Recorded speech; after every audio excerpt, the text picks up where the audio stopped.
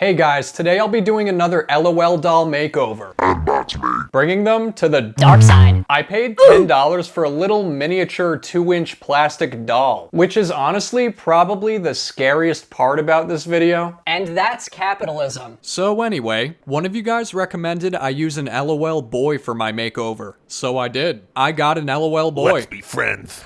Oh boy. And that's where the horrors began. Turns out this doll is anatomically correct. I'm disturbed. I don't know why anyone would think that's a good idea. But anyways, I'm thinking about turning one of these into an undead pirate today. Let's see what we got inside our mystery loot box.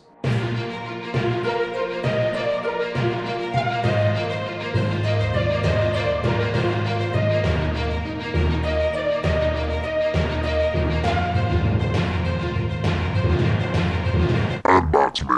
I guess we'll start off with the accessories. This LOL doll comes with a water bottle, some boots, a very ugly outfit, a cowboy hat, yeehaw, and some sunglasses. As usual, I won't be using any of these accessories because they're clearly not Evil. enough. Plus, I hate the outfit. Whoops. Here we've got a pamphlet of all the dolls I could have gotten. Hello there. Why don't you unbox me? Some of these look like they're based off famous people. Like, this one's definitely supposed to be Prince. And this Bye Bye Boy is obviously supposed to be Justin Timberlake in his questionable looking days. And I think the last LOL doll I gave a makeover was Frida Kahlo. Based off the infamous denim outfit, it's safe to assume I got Justin Timberlake. Anyway, it's finally time to open the doll. Hello. He just popped out of there. Bye-bye. I don't know how to unsee what I just saw, but the least I can do is spare you the horror. And that's me. And that's me. I just want to say that I don't endorse the LOL dolls. I think they're very weird looking. I mean, I like creepy, but this is just a whole other level. Heights that I never thought were imaginable. Unbox me, unbox me, unbox me, unbox me. I also think that they're extremely overpriced, to be honest. All you get is a ton of wasteful packaging, and yeah, I mean, you get the doll, but like I said, it's super tiny. The arms and legs are super stiff, they don't really move. It's really not that exciting. I feel like some unboxing YouTube channels may have overhyped them. I wanted to do this makeover just because I think it's funny to take things that are cute and turn them Evil. Not that they're cute though. They're not cute. Not at all. I thought it would be pretty cool to make little evil characters out of them, especially since a lot of people already have them lying around. So I thought that maybe someone might just get some inspiration or something. I don't know. However, I could never recommend buying these repulsively indecent, demented looking things. Please don't buy them. Here's my Justin Timberlake atrocity with all his accessories, accented by his ramen noodle hair. Obviously, this is a cry for help. I don't know if I could make anything scarier than this monstrosity, but since I've already bought him, I figured I might as well chop some bits off here and there and see if I could turn him into an undead pirate. I'm going to ditch the hat and all the other terrible, terrible accessories, except for the pants. Those can stay. So, first I got started with wiping out any semblance of his past life using some acetone. He's not the same person he was yesterday, for better or worse, I'm not sure yet. But seeing as you can't possibly get much worse than the original, I'm feeling quite positive today. I'm going in with some scissors and chopping off his hand. That's what happens to people who look like a Crime against humanity. The LOL dolls are made from a really thin plastic that's pretty soft, so lucky for me, it's easy to cut them up. Hello.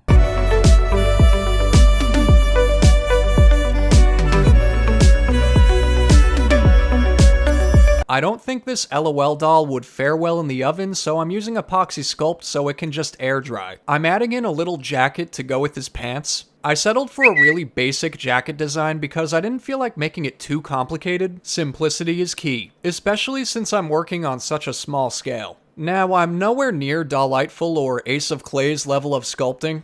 I'm just kinda having fun, not a professional. Obviously. The face needs to be completely reconstructed. I couldn't leave it as it is. It's ugly. It was looking too sweet and innocent and babyish. It was really creeping me out, but at the same time, it wasn't Evil. enough. So I added in some, this. They're supposed to be eyebrow ridges. He's also getting a new nose and some odd-looking high cheekbones. Did I get carried away with the plastic surgery?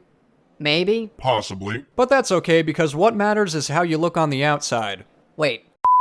Anyways, this is supposed to be his top jaw and bottom jaw, but right now they look more like big, ugly duck lips. He looks super wonky at first, but things will make more sense when I start painting. Hopefully. I didn't really have a solid plan while I was working with this doll, I just kinda figured it out as I went. I was debating whether or not to add a beard because I was wondering if a dead, rotting skeleton pirate would have a full, luscious beard, and I decided, yes. Of course he would have a really nice beard because hair takes a really long time to decay or something like that. I then went on to add the teeth. Well, some teeth. He's missing a couple here and there. He's got scurvy teeth. I thought that made him look a little interesting, like he's been through some stuff, or maybe he's going through some stuff right now. I don't know. Last week I got a comment that said, Uh-oh, he has become a sparklebot. Voldemort, save him. and I agree. I mean, I tried to keep everything as Evil. as possible, but I think I drew some questionable things last week. I honestly don't know what got into me. Hopefully today I can redeem myself and show you guys that I'm still as dark as I always was. I wanted to give him that iconic hook arm pirates always have, so that's what this is. I basically just added every pirate thing I could think of. There's more coming.